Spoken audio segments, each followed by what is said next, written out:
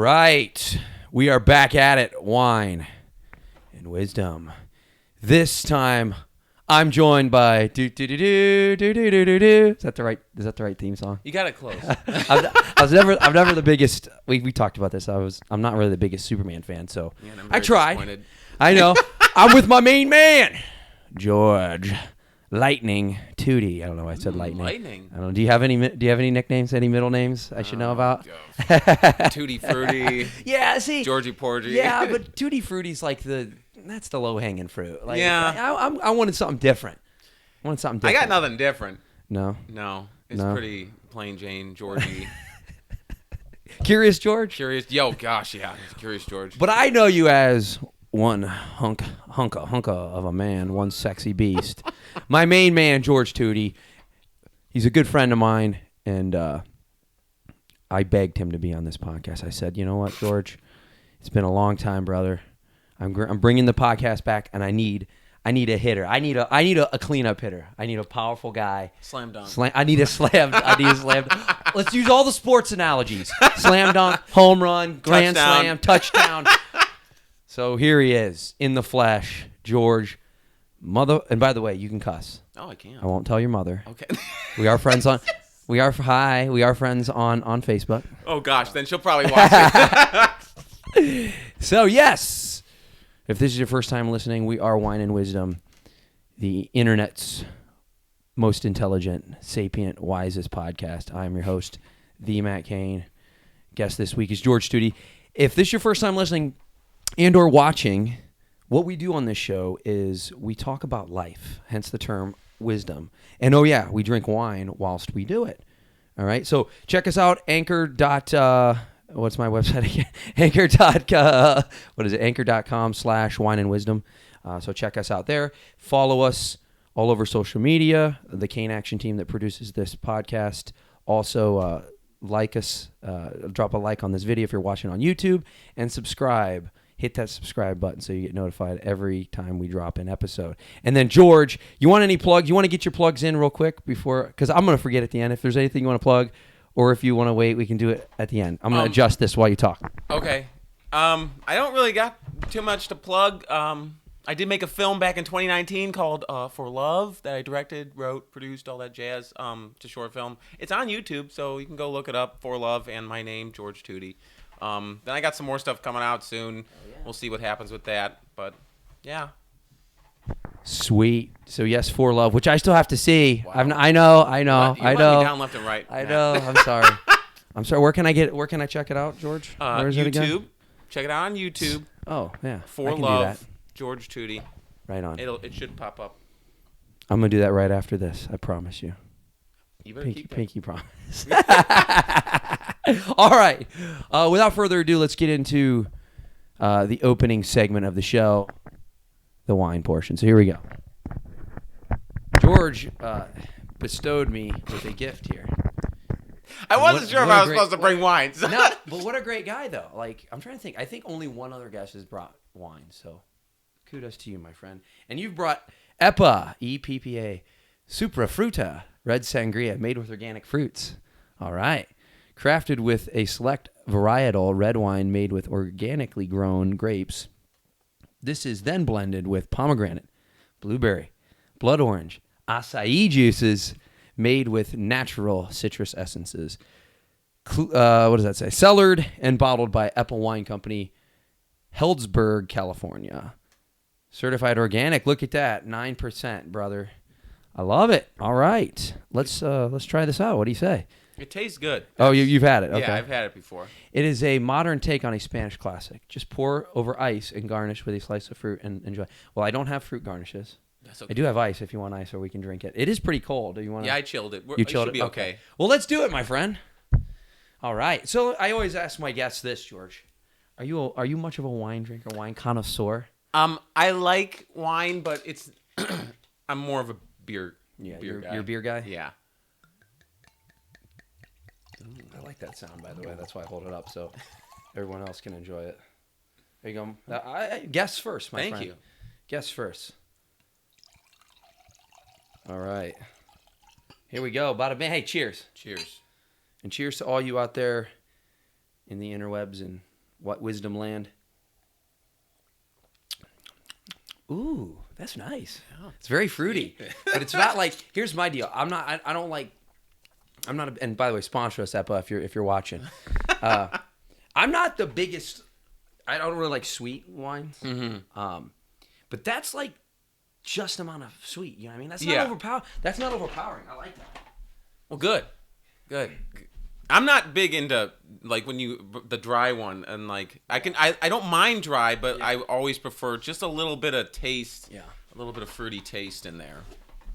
Some tutti fruity taste. Some tutti fruity taste. All right. Well, now that the glasses have been poured, the seal has been broken. It's time to let the truth flow. So, first question I ask everyone is, who the hell is George Tutie? George Tutie is someone complicated individual. A lot of people see me as this goofball, but I don't. I hide things. I do hide things. Not everybody knows everything, but an actor, DJ.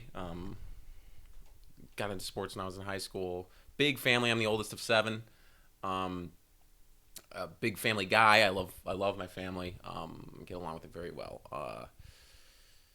I moved around a lot, mainly Ohio, but I was out in California for a very short spurt in New Jersey, but I basically consider it New York because you could see the Lincoln Tunnel right out in my front window. Love New York. Wasn't huge on California. Yeah. Expansive. Oh gosh, New York is expensive. That's true too. That's true too. But yeah, and I got into acting. When I was like 18, and just kind of continued at it and at it and at it, and I love acting. It's just something like you can be. It's basically like playing pretend, but as an adult. Well, when I got into it as an adult, you can like be whatever you want to be. You know, like if I want to write a film, you can just write yourself as whatever the heck you want to be. And then other people will cast you in other roles as cop or father or something like that. But like, I love that. Using your imagination to really get into a role, and also your past experiences help me get into certain roles as well, and really sink into it, get your teeth in there, and make it something real. Yeah, for sure. And that's what we met in the acting community. I was thinking about this. I'm like, did we meet when you were naked in my basement? I think that is when we met. I remember coming in here and I'm like, oh gosh, I gotta get naked in some dude's house. I don't know. And we'll preface this: you weren't completely naked. I had underwear on. Yeah, he was down to his skivvies. But yeah, because we were. It was Wuxia 2, the code, now known as Mortal Kombat. Yes. Johnny Woo's movie, and on Amazon, I believe it's still on Amazon. Am I right? Probably. It's also on Tubi. Tubi, that one's for sure. Yeah. So if you want to see this, but anyways, yeah, it was because they were asking about using my basement for a scene. I'm like, yeah, okay, why not? And so George shows up and he starts, You were very nice too, because I even let you use my shower, I think too. Yes. Afterwards, yeah. But anyways, I was dirty. Yeah, you were dirty. Anyways, the scene was, not to give spoilers away, but you had to be down in your underwear and you were getting tortured. Yep. So I had to tell the neighbors, hey, there's going to be a grown man tied up naked in my basement, and he's going to be screaming a lot. Mind your business. All right. It doesn't concern you. It doesn't. That's right. It doesn't concern you. Yeah, they moved out shortly after that. I don't know why. But so that's where we met. So that was, how many years ago was that? Was that 2018, 2019?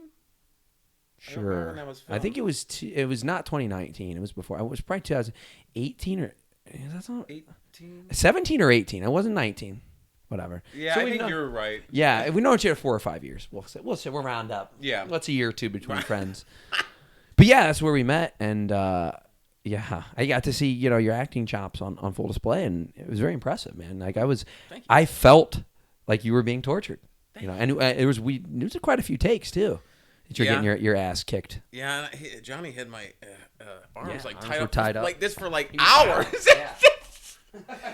And he's like, I can't remember what he said, but he's like, I wanted the knots to look real or whatever, and so they were tight on my arms. I'm like, holy cow, can we wrap this up? No, more.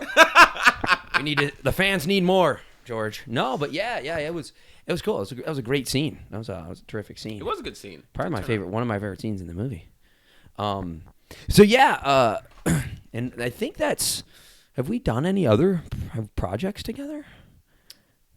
Not that I can think of. No, I was an extra on Keith's, but obviously I didn't do much. In Maximilian? Yes. Saxton's game? Yeah. You had an awesome fight scene in that movie. Freaking awesome. But yeah, we've kind of become friends, through this, and I'm always, I see your shit on social media, and I was like, my boy George, good you're doing. I love seeing it. But yeah, so getting back to acting, and a lot of, I would say a good half of my, at least if not more than a majority of my guests on the show have been involved in the film scene, in acting, filmmaking, what have you, in whatever fashion. So that seems to be a common recurring theme, because that's one of the main circles I run with. So, I when you said the quote about it wasn't a quote, but what you said about how you can, play dress up, be anybody you want. Yeah. That really struck a chord with me, and I've said this before on the podcast, and I want to say it again because I'm going to quote Brad Pitt. Okay. All right, great. And I'll tell you what, man. People get you think of the term Brad Pitt, you just think of ridiculously good looking guy, but he's a ridiculously good actor. Oh yeah, amazing. He's talented. He's amazing. So I remember a quote he was talking about with acting. He said, acting is essentially, a portal into worlds you could never enter. Mm-hmm. Yes. Yeah. Right. He could. So in one instant, he's a stoner on a couch in True Romance. In another, he's a detective in Seven, and in the next, he's Achilles in Iliad, yep. in Troy. You know what I mean? So that's that. I completely can empathize with that, because I was the same way growing up. I always had to have fantasy and action, and there had to be something going on, adventure. I needed that. So that's why it was such a natural transition for me when I started acting too, because I was like, shit, I do this anyways. As a kid, I was always outside, always playing, always trying to, escape and have fun. So I can really feel that. But in addition to acting, you don't just act, you also. I DJ. Yeah. I DJ weddings. It's funny how life can just kind of take you places you never thought you were going to go. Yeah, no shit. I met this guy, John Carrata. Shout out to John Carrata. On a film I was doing, and he's not really an actor, but a year or two after we met, yeah. He calls me up while I'm in California for my job, and he's like, "Hey, you ever thought about DJing?" And I'm like, "No." He's like, "Well, I could train you." And, we DJ weddings and all this jazz and through a company. And then that was in 2018, 2017, and maybe even earlier. But I just started going through the company. They trained me, yeah. And then they gave me this speech. I do 2 speeches, and it kind of helped. Yeah. It really helped with kind of a lot, because I try to see how this job has helped me in day-to-day life or maybe certain aspects of my life. And it really helped me with public speaking. Yeah. Because you got to get up in front of all these people that you don't know. Oh yeah. And they're all judging you. They're all looking at you. Because they paid good money for this guy. Yeah. And yeah. And if I screw up, they're pointing those fingers. And they've been drinking. Yes. So there's But and it really helped with public speaking and helping me be comfortable with getting up in front of a lot of people. I've never been horrible with it, but it was difficult, definitely. Yeah. But this definitely helped with that, and I've stuck with it. I've kind of separated myself from the company just to start going out and doing my own thing. But yeah, DJing. And I also work for Aldi. That's kind of just That great German company. Yeah. I've done other odds and ends like throughout my life with work. Worked for Walmart at a time. Yeah. I baled hay. Oh. That was good times. Let me tell you. Wow. Damn. Done it all, man. Baling. I don't know too many people that have baled hay. I grew up a lot in the country. Yeah, gotcha. So that was kind of one of those jobs where it's like, you want to bale hay for us? And I'm like, oh, yeah. So if people want to inquire about your DJing services, best way to I don't. Are you currently taking bookings? Yes, Okay. I am. I'm really cheap too because I'm starting off trying to get more. But I don't really have a website, but you can look me up on Facebook or email me. My email George Tutie Tutie @gmail.com, or I'm on Facebook. My name George Tutie. And just message me, let me know, and I'm really good with getting back to people about like what you need and all that kind of stuff. Sweet. Hell yeah, we got to think of do you have like a business name? Because if not, we need to think. Everybody asks me if I have my DJ name. We got to think of something. I'll ruminate on that. Ooh, okay. We'll come up with something. But yeah, so yeah, in addition to acting though, you're not just like you said, you have your own short film. Mm-hmm. For Love.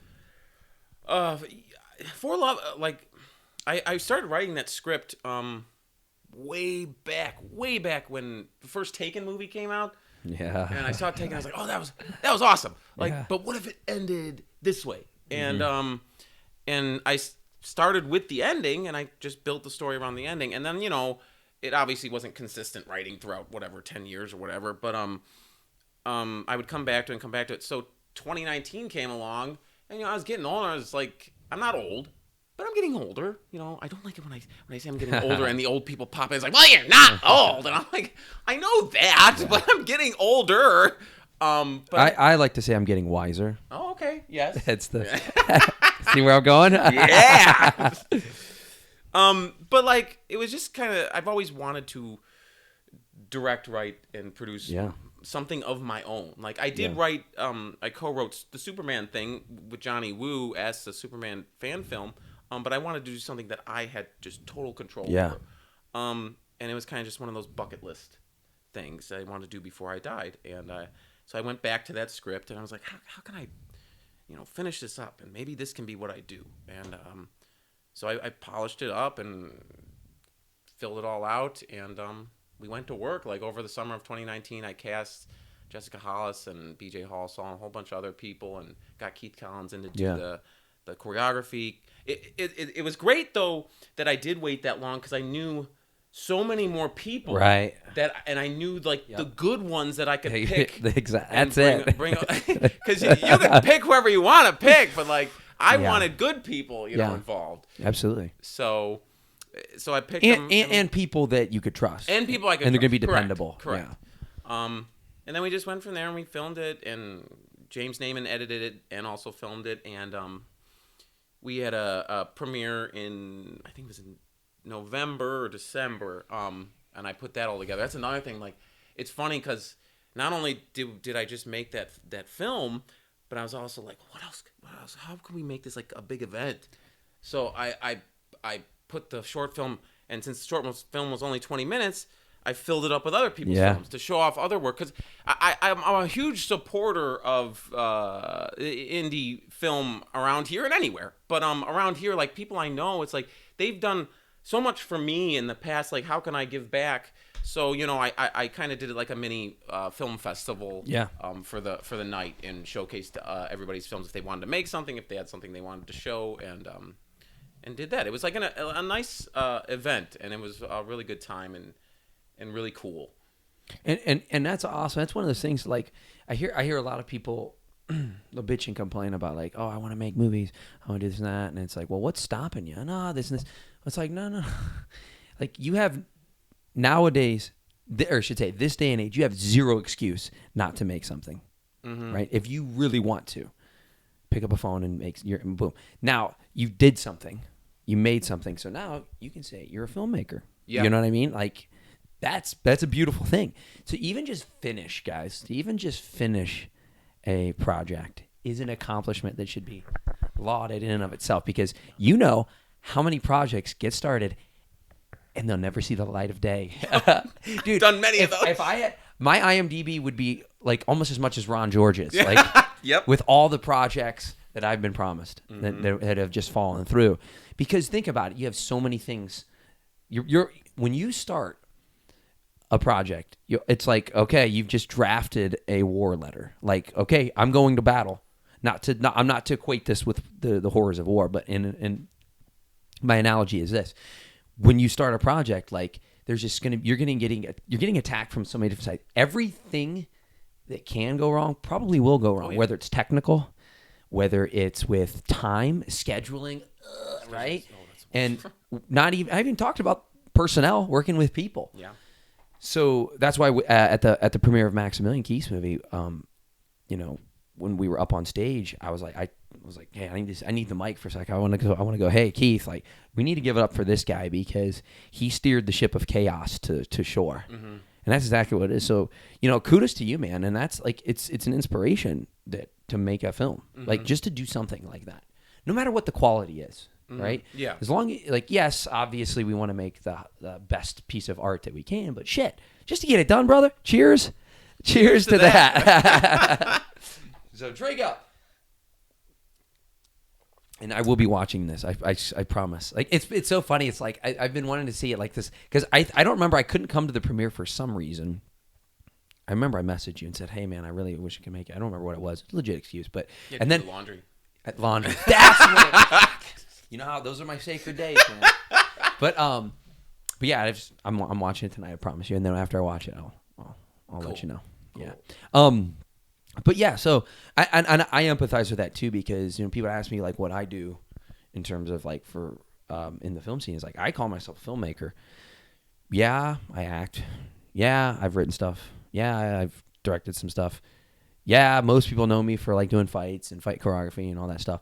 But it's like at the end of the day, I love the genre of film. I'm just a big fan of it, and whatever aspect that is. Yeah, I think I'm better at certain things than others, but I just love being involved in it. Mm-hmm. You know what I mean? Like I've literally been on stage and went like this. Not on stage, but on set. Uh-huh. And you guys couldn't see if you're listening to this. By the way, you can listen to us Apple Podcasts and Spotify. But I literally was holding a mic, a boom mic. I've done that, held lights, like just being around it, and learning is huge. So yeah, like, and that's the thing. If you want to do something, man, just fucking do it. Mm-hmm. Don't make any excuses. Get it done.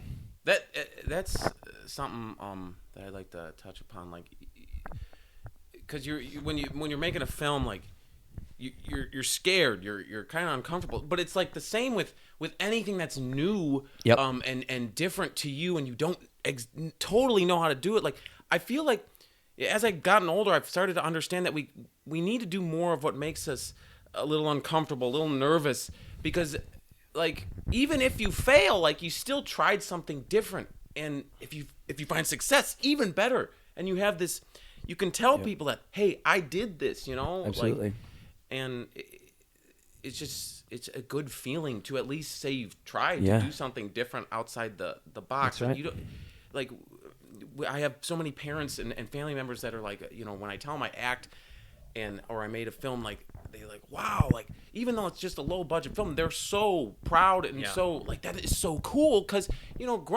grandparents and parents growing up, like, it was pretty much, you go to work, you do your 8-hour day, Monday through Friday, and you go home, and it's boring. And like, I respect the hell out of my parents and my grandparents, and it's like, that was what you did. But like, I didn't want to do that, I feel that, brother. I still don't want to do that. I agree completely. And like, that's the thing. Maybe like 1, 2, 3 generations ago, like they had no excuse. Mm-hmm.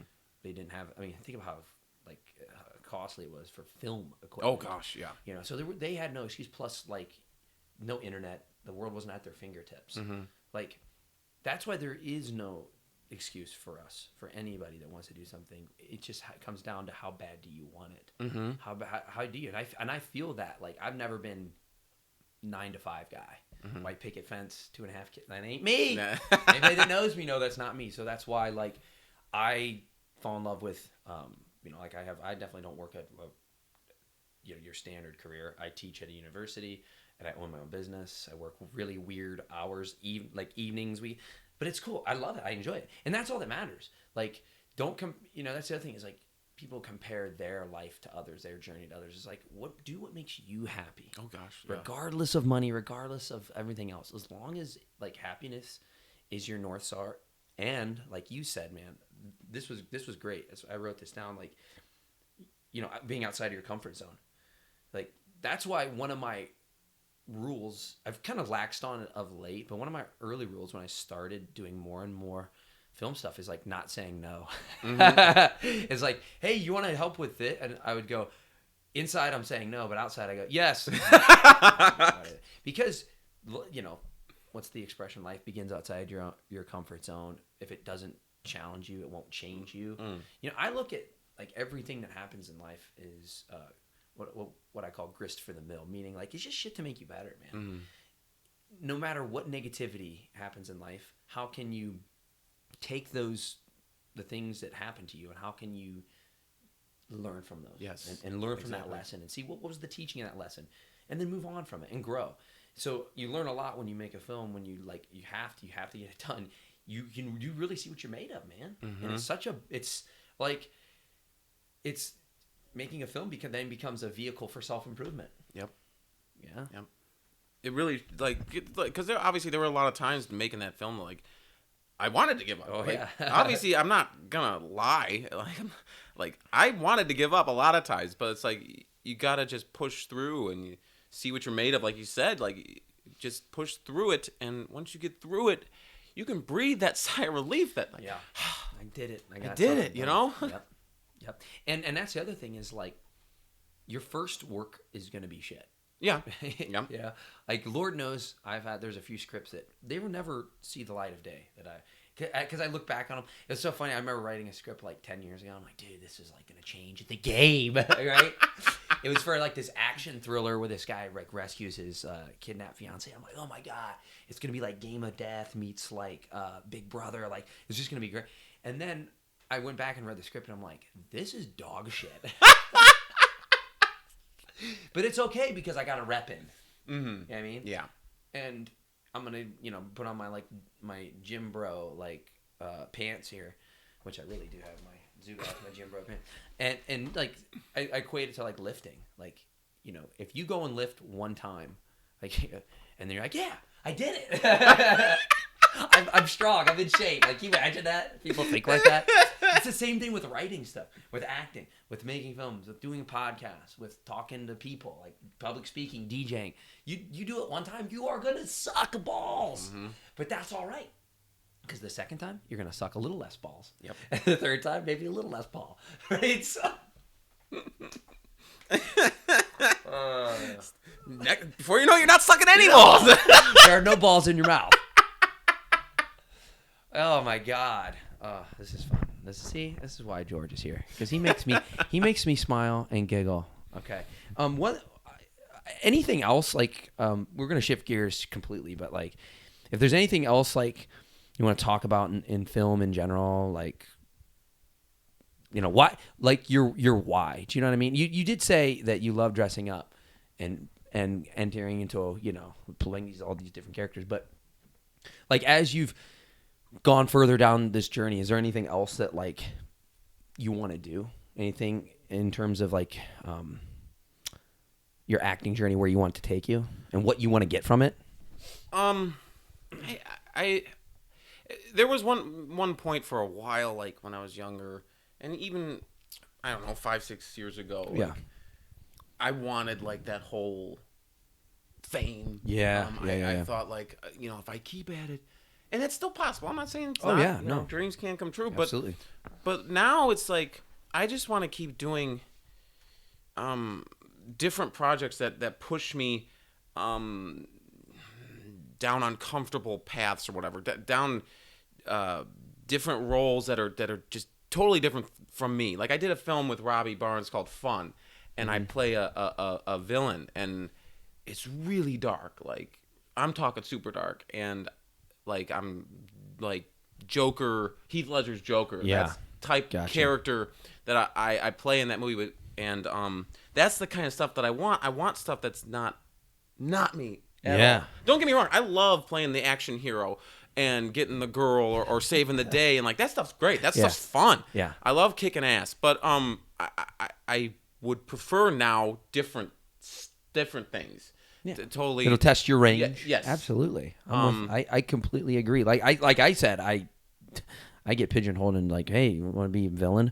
Lord, how many times have I been a villain and died and stuff? Oh my God. So we were talking before, recording.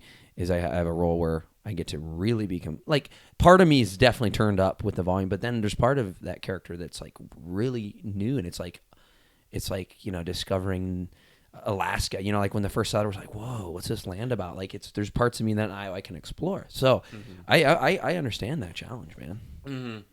And also I would like to make my own, more of my own films and that kind of stuff. Lord willing, someday I can have budget. Yeah, big budget. That's the goal. Obviously not. I like in the realm of possibility. Yes, maybe some kind of budget. I would like to have to make some kind of art. Yeah, absolutely. Yeah, hell yeah, man. And that's the thing is, it is a journey. It's not a destination. Yeah, and it's continual. And sometimes I might never make it. Other people around here might never make it, and that you got to be okay with that. Yeah. It's all about just being in your moment of being now. Being present. I guess. Exactly. Exactly, and that's like, first off, the term "it" is like such a it can. Like, I understand it from the societal standpoint of like, you made it, you are like doing it, and there's different levels of it. Like, are you the next Brad Pitt? Are you have a solid career in acting? Are you whatever? The bottom line is you determine what it is. Yes. And like we talked about, does it make you happy? And for me, like, I think every person would be lying to themselves if they weren't like, yeah, I wouldn't mind being a little famous. Like, yeah, it's a stroke to the ego. Yeah. Yep. No shit. But like, for me, like, I just want to do stuff that's fulfilling. I want to do projects that I'm passionate about and that I love. And yeah, make money doing it. Fuck yeah, that'd be great. That'd be sweet. But it's not like, that's not my main focus. Yeah. Or else I would have chose a way different artistic endeavor, career, profession. Right? Like, but that's all right, because at the end of the day, there's a smile on my face and I'm doing what I love. Like, I didn't choose, think about how this would be really strange. And this isn't the getting high in wisdom podcast, but like, think about this. Like, can you imagine, like, if you got to choose your parents, you got to choose like what you were passionate about, like before you were born, that'd be fucking crazy. Right.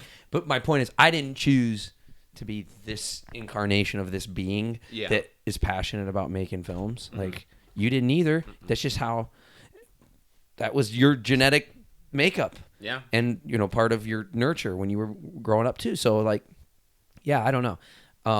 So yeah, like you said, man, like, just doing shit that you enjoy, just having fun doing it. And what's cool for me, like, is along this way, I've met awesome people like you, like yourself, Tim Hale, who I had in the previous episode, like a lot of the previous guests on this show, just really groovy people that I wouldn't have met through that. And they're people that are of like-minded interests, and they're good people. And that's, to me, like, when I see who's going to be on a set or who's doing what, I'm like, if they puts a smile on my face, I know I'm going to have a good time. I know I'm going to enjoy it, regardless of the other stuff. Yes.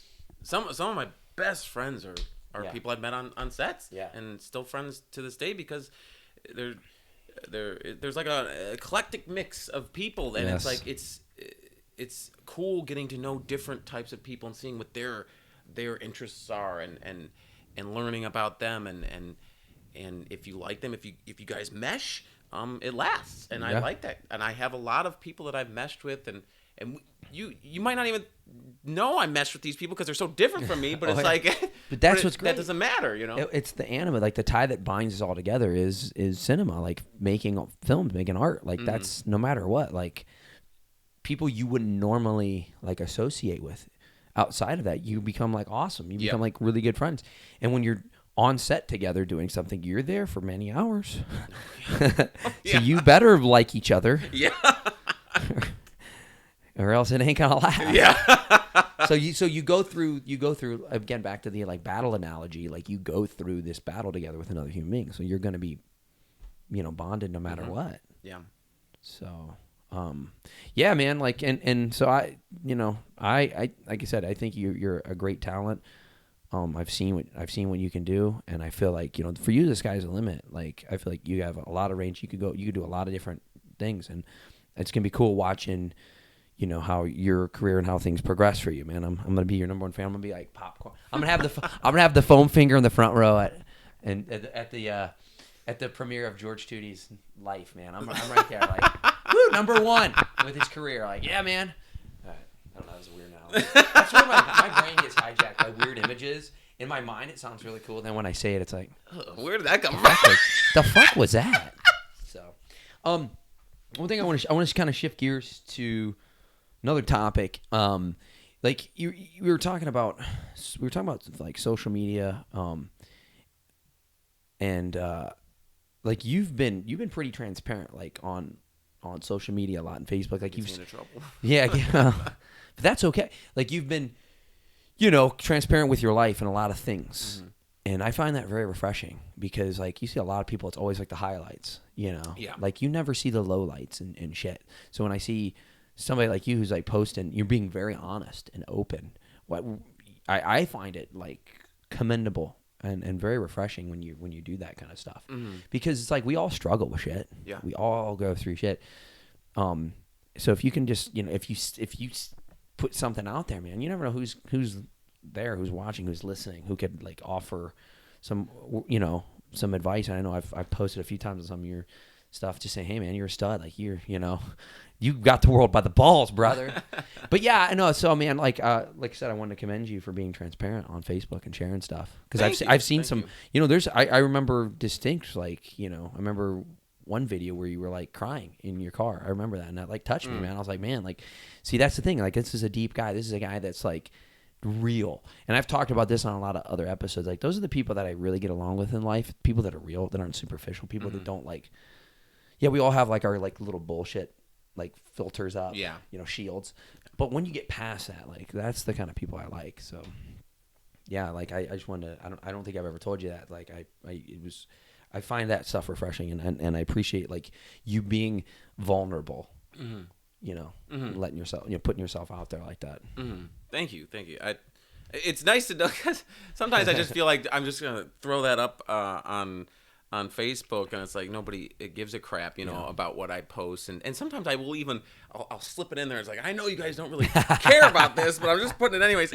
But it's like, because I don't want to be the freaking one in 5 trillion people that post about Trump, Biden, get your shot. And I'm like, come on. Yeah. That's everything. Give me something real, because like, I'm not saying that stuff is not real, but it's like sometimes it doesn't pertain to you, and it's like, I want to give me something about you personally. Exactly. Yep. Like, that's why I'm friends with you on Facebook or follow you on Instagram or whatever. It's like, I like seeing you do well, and I like hearing about what you're doing and your opinions on certain things. Not everything, but you know how it is. But like, I don't want to be that guy that just hoots and hollers about the news and CNN. And it's like, I'd rather post something that gets you thinking. Hopefully, that gets you thinking. Well, it's cool because it's like, again, like you said, it's like a personal touch. You're being a human. And the problem is, like, everything nowadays, everything's like bifurcated, man. Everything is just like split. Almost anything you post is divisive. Mm-hmm. Oh yeah. And it's like, dude, we are as humans, we are so much more similar than we are dissimilar. Mm-hmm. So that's like, to me, I don't care. Like when people post political stuff, I just kind of tune it out. Yeah. Like and I'm not saying I don't follow. Like I follow, I get news, I definitely stay on stuff, but like I don't give a shit about that. I want to know, like, you as the person that I care about, like you said. Yeah. So when I see stuff like that, it's way more important than, like, hey, look at what so-and-so said. Mm-hmm. This talking head, I don't care. So, like, that's where, like, social media can be the worst thing, but also the best thing. Yeah. Yeah. If you can tune out the garbage and tune into the good shit. Yeah. And that's what I want. And that's what I like seeing is, like, the good shit. So, like, and and you're not like one of those people, and I see people that take it to the extreme that's like woe is me on everything they post, like because they want that sympathy likes and stuff. Yeah. And I know that's not you. Like, you're just when you're putting stuff out there, man, it's cool because you're showing like, hey, like this is me, this is who I am. That's awesome. And then it's cool to get like to feel loved. Yeah. When to feel the feedback. Yeah. To feel like, hey, people actually do care. No, and aside from the bullshit, does that make sense? Oh yeah. And that's why I do that. Like I'll be going through something in life, or just a thing will pop into my head, like a memory or something that I went through, and maybe I saw somebody else is going through a similar situation or something, or I know people who are going through it, and it's like that's when that's like, okay, let's talk about what I went through, but then also being like, hey, it'll be okay. You'll get through it, or whatever's going on, because I went through this and got through it. There's a I over time, I don't know if it's from the Bible anymore, but like it's one of my favorite sayings, and it's this too shall pass. Yeah. Because like no matter what you are going through, it will be over eventually, and it'll be behind you, and you can continue on with life, and eventually it'll become a distant memory, and something you could tell people about. Like I went through this shit, a very dark time in my life, but I am here now, and that's something you could tell somebody maybe who's thinking about suicide or many other dark things in their life. They're going through these dark things, and you're like, hey, maybe you don't want to hear this, maybe you do, but I went through something similar, and I am here now still here on this planet, Yep, I've been through that. Yeah, you can, and that's such a powerful thing. Is like in the moment it may seem like, oh my god, it's the worst, and I think about that, think about like a lot of kids that don't get out of high school because they just like they don't realize school is this much of your life. Oh yeah, because that's their like macrocosm in the microcosm. That's like they can't get outside of it, and they don't realize like if you can get out of high school, man, like none of this shit will matter. Oh yeah, but so many kids don't because they just get so stuck in they get stuck in life there. Like that's the sticking point to them. But like you said, this too shall pass in terms of like you go through this. It sucks now, and you don't want to experience it again. But also, it becomes such a blessing afterwards because it made you grow. It helped you grow. And so think about that. Like everyone that's gone through shit, everything that's happened in life where you've suffered, and you, in the moment, you're like, damn, I don't want this. I don't want this. I don't want this. And then afterwards, you're probably still like, I don't ever want that again. I don't want that again. But then you're like, wow, it helped form me as a human. I know in my life, the things that were the most tragic and heartbreaking were also the greatest gifts to me. I wouldn't want to go through them again. I wouldn't even wish that on my enemies. Yeah. But I know that I wouldn't be this being that I am now without it. Yep. Yeah. That's true. That's true. Yeah. And taking it full circle, like you can then use those experiences, those emotions, and use it to help enhance your art. When you have a really tough scene, like say you have a really emotional scene that you have to perform, like like where is that source coming from? It's coming from your real life. Yep. It's coming from those real emotions. So like it's a life fully ventured. Yep. If you don't risk anything, there won't be any reward. Yep. That's true. So yeah, so anyways, I figured I'd say that it's cool seeing like you post openly and honestly about a lot of stuff because most people, like I said, most people post just their highlights or they're so guarded. They're so guarded about a lot of stuff. They don't want to let anybody in. So kudos to you for being open like that. Being open is good. Yeah.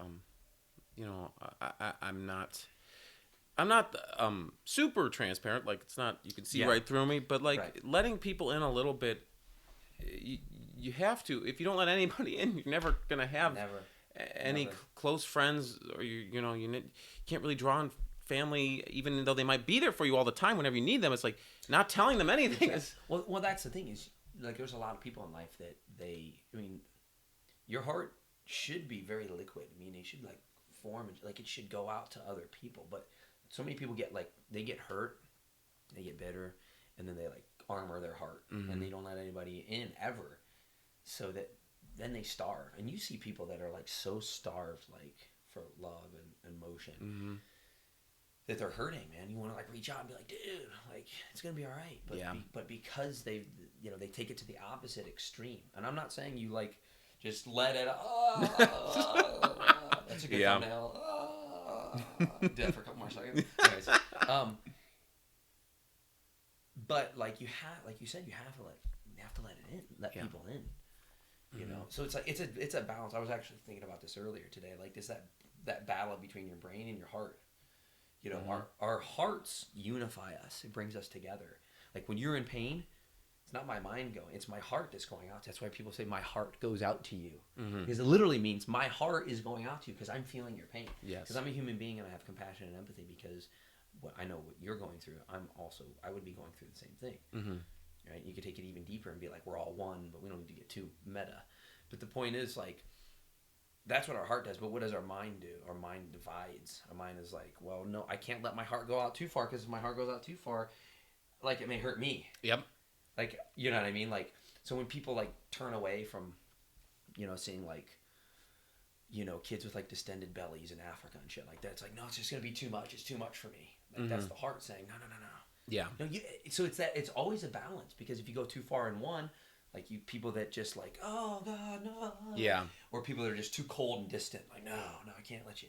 It's that balance. It's a dance. Yeah. It's like with the one, like, I know way too much about is like dating, like our past times we've been hurt through dating and past relationships or bad relationships, and it's like your past does stick with you, you know? Oh yeah. And you have to, you gotta, like you said, your mind wants to protect you from, because your heart's just ready to jam out with everybody, you know? And your mind's like, no, calm down, heart. Hang on now. But it's like, sometimes you gotta be like, mind, shut up. I got this, you know? But it's like, you just want to protect yourself. And don't get me wrong, I do too. Like, with relationships, if I'm trying to jump into a new one or date again, like that kind of stuff, it's like my mind's always like, don't do that, you know, you're gonna hurt yourself again. Protect yourself. Protecting the ego. Dude, I'm glad you just touched on this, because I want to actually talk about this a little bit, because I've seen a lot of your posts have been in regards to that. It's entertaining, and I'm not like in a bad way, not like laughing at you, but just it's like poking fun at just the whole dating game. Yes. And that whole world. And it's so it's so fascinating and so like weird and so it could be horrible at the same time, but so, and also beautiful. Because I love like the interplay between, it always fascinates me, like the interplay between humans. Like how, and it's never more poignant than when people date. So when you're like posting stuff about like dating, it's like, oh my God, it's funny, because like when you have to go into the dating world and you've been single for a while, it's like, oh, scary. It's like you're back in the jungle, and it's like, damn, this shit's way more overgrown than I remember. Like you got your spear and you're like oh, wait, hold on. Like you turn around the corner, it's like, what is this? Like last time I was in here, there wasn't this Tinder thing. What is that? Like Bumble? Hinge? What is it? You know? It's like it's so fascinating to look at. So, how has the we don't have to talk too much about your personal dating life, but like how has that journey been? Dating is it's tough, right? Dating is so tough, and like it's like you said, you know, when you choose to go back in, if you've been out of it for a while, you jump back in and you're like, okay, now I don't know what I'm doing again, because like you'll try to go, like my go-to for a first date is always something super, super simple. Yeah. I like simple on a first date. Either let's meet up at a bar, have a few drinks, talk. I like to talk, or let's go have dinner and then go see a movie. Like simple. And then, you know, if things progress, we can do more crazy stuff. Let's go to the mountains or whatever, you know. But like that first date is, I prefer it to be simple, just to get to know the other person, you know. Absolutely. And sometimes that's hard. The first date girl doesn't want that. Like he's like, I want to be impressed. Like, take me, you know, freaking mountains on the first date. It's like, I can't. I don't know you. Yeah, exactly. You might kill me. So it's like, things change, and it's some. I don't want to speak for everyone because that gets hard, and like people get on you. It's like, oh, you don't know me, and it's like, it's just from my experience, like it's tough jumping back in, and then I'll take a break again, or like right now, I don't even know what the fuck I'm doing. Yeah, like, I am just like. I'll here and there I'll ask a girl out or something like that, and I'll go out. Like, I do want companionship. I don't need it. Sometimes people get on my Facebook and they're like, "You gotta figure out yourself first. You don't." And it's like, I didn't say I needed it. I want nice it. Yes. To me it's extra. Yes. Like, the way I look at it is like, yeah, man, like shit. I'm cool by myself. I love being by myself. Some of the best times of my life I've had by myself. Yeah. It's great. However, we're human beings. We're humans, and we have emotions. We have needs. Like, humans are social creatures. Yes. So, yeah, especially like when, we live in Northeast Ohio and it's dark for half the fucking year and it's cold. It's, colder than a witch's tit. Like, it's like, you kind of want, it's like, I just have somebody right here. Right now, like, exactly. to watch a movie, cuddle with, hang out. Yeah. Because I get that. Like, I was single for like, I don't even know, like 4 years, whatever, 4 years. Yeah. I think I did about the same. Yeah. But in those 4 years, like, it's been like the best time ever. I've learned a lot about myself because, I took a lot of that energy and directed it inwards. But it doesn't mean like, and nobody's ever a finished product. It's not like, now I'm ready for dating. Yes, exactly. I'm finished. It's like, I've done work on myself. Like, yeah, it'd be nice to have somebody around to hang out with. Whether however serious that gets, it's just cool to have a companion and like experience things with. Yeah. Because it's like you can make these cool discoveries about life and have fun, but it's a better experience when you just share it with somebody. Oh yeah. As simple as that is. Oh, So yeah, we don't need it, but it's nice. It's nice to have. Yes. I totally agree. And yeah, I'm like, that's kind of where I'm at now. Yeah. Like, it would be nice to have somebody. I don't need somebody, but it would be nice to have somebody around. But if that ever happens, my family sometimes will call me the next Uncle Butch. Now our uncle, Uncle Butch, has been single whole life. He's like, I don't know his age. He's like 80, 90 years old. Wow. I could be wrong, right? But he's old, and he's been pretty much single his whole life, and I could be that, and if I am, and there's nothing wrong. Yeah, there's nothing wrong with that. Like, if you're happy, you're happy. That's right. And again, who are we to say like somebody else's journey just because it's different than ours doesn't mean it's not good for them. But yeah, dude, like I've said this before, you're a stud. Like any girl that truly can see your value and is interested in you will be. And it's like, if things don't work out, she wasn't somebody that like got you. Yeah, she wasn't your she wasn't your person in terms of like, she didn't really know like that. She didn't get the real George. She didn't get it. Yeah, that's her loss. Yeah, that's how I've looked at it. Now maybe I'm an egomaniac, narcissist, whatever. But the point is, like, when in my life, when I've had relationships that just went south or like it didn't work out, whether it was like a week, a year, whatever. It was to me. I looked at it as like, yeah, it's her loss. Yeah. It doesn't mean it doesn't hurt, and I didn't care about her, but it was also like, well, I know about me. I know my heart. I know what kind of person I am. I'm sweet. Like, I'm pretty fucking cool, and I feel like that's the same with you. It's like, you're a cool dude. You're awesome. Like, you act like you have a great personality, good looking guy. Like, any girl that doesn't see that, she's got blinders on, man. Or and the other thing too is like, it's personalities have to mesh. Yes. Yeah. Right. Everything could be. They could check off so many boxes, but if you're not vibing, it doesn't matter. Like the relationships in my life that have been very fruitful are the ones that were kind of effortless. If you're like forcing, like, like you're trying to get somebody like you, good luck with that shit. Yeah. Yeah. You can't force anybody to do anything against their will. I mean, you can, but then that's like called maybe a cult. There's like legal implications, but the point is, like, the people that I've had good relationship with, it just was effortless. Like, I was like, what? Oh, you're cool. Like, sweet, this works. Like, not forcing it. Yeah. And whether you meet in person, which I think still, in my experience, is the best. Yeah, I agree. But I've heard really successful stories, people meeting, all other ways, internet dating apps, whatever. It doesn't matter. Like, you meet somebody and you just groove with them. Mm-hmm. You look in their eyes, you look in yours, and you're like, damn, sweet. Yeah. Meeting in person is a big one for me. It's like, huge.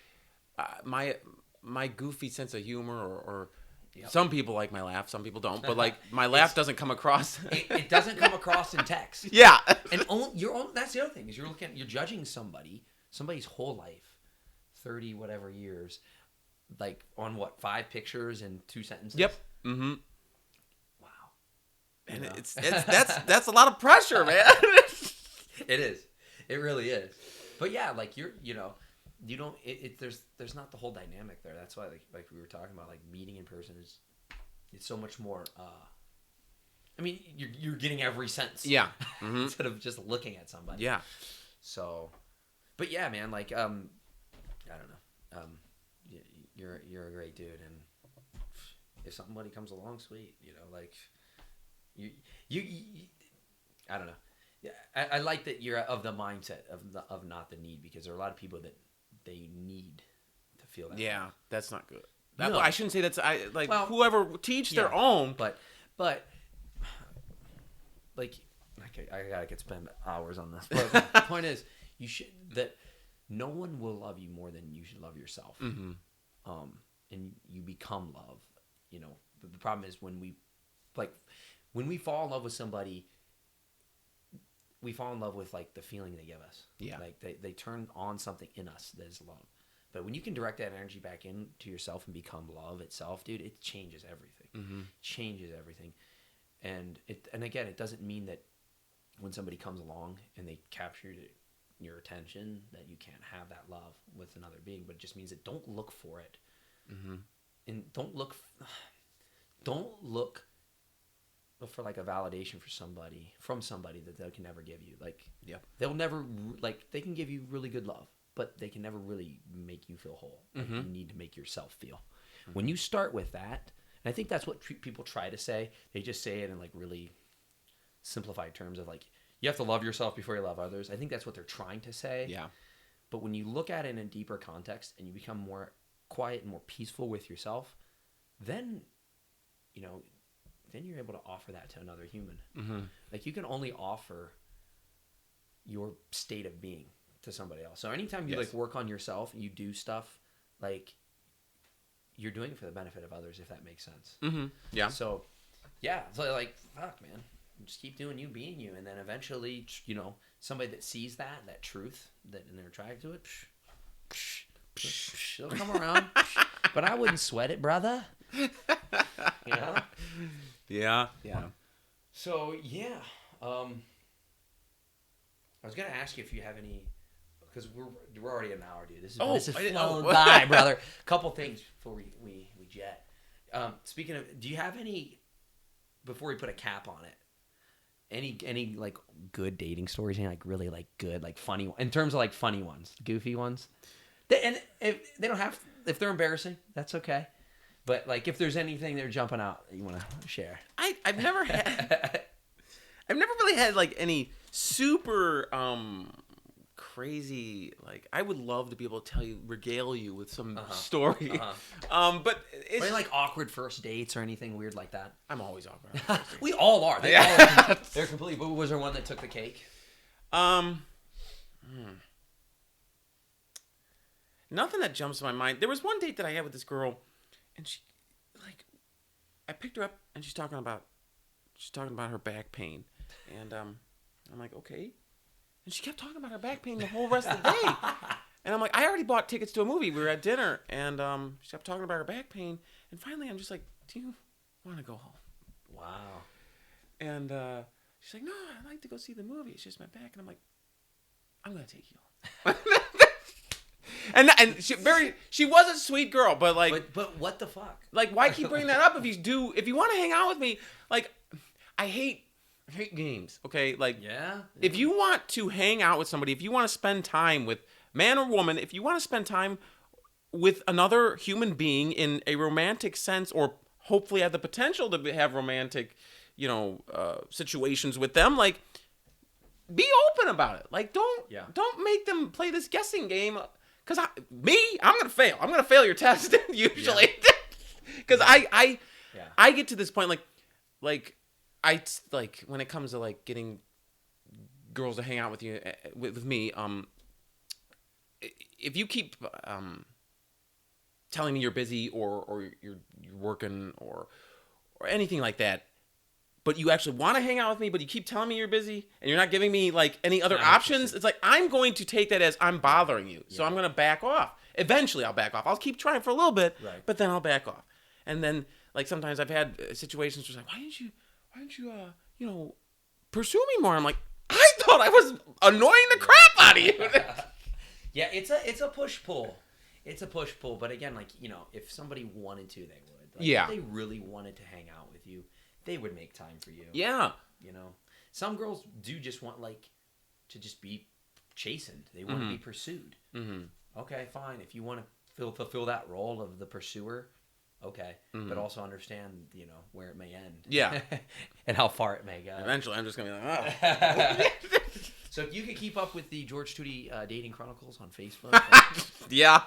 You'll usually see them there. Yeah, there's we get like one a month at a time. That's interesting. It's so funny because I've seen like, you're like, that's it, done. I'm single for the rest of my life. Forget it. Nope. Yeah. It's so funny, and then it was like, I don't know. The next month I get, like, I'm back. I'm back in there. I'm back in the saddle again. Oh my God, good stuff, Tutie.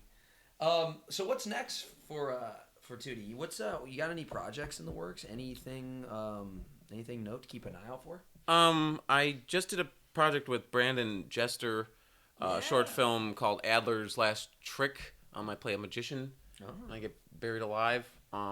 It's funny. I like it. And then I'm doing Lou DiNardo and Nick Mulbach's Calendar. Yeah. That's a feature film. Okay. I'm not starring, but I have a decent sized role in there. What role did you get? Can you say? Frick, I don't remember his name. Was it the Womanizer? Yes. I auditioned for that. I wanted to play a Womanizer. And I was like, when I saw you got cast, I'm like, it was probably Tutie. Yeah. He probably beat me to it. Everybody casts me as a womanizer, and because they all think I play a great jerk, and I guess I do, but...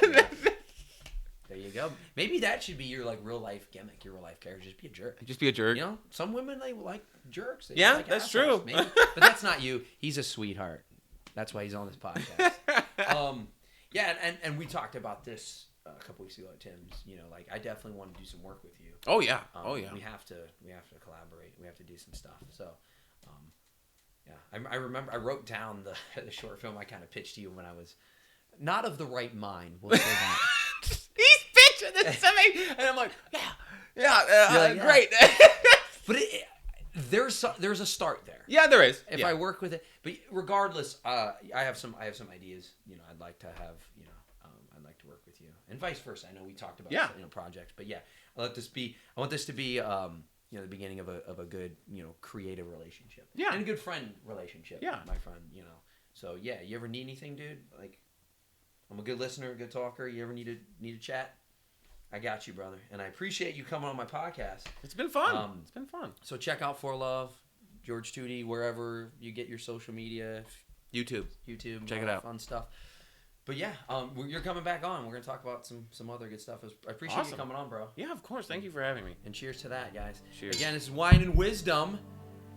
Stay sexy and stay wise.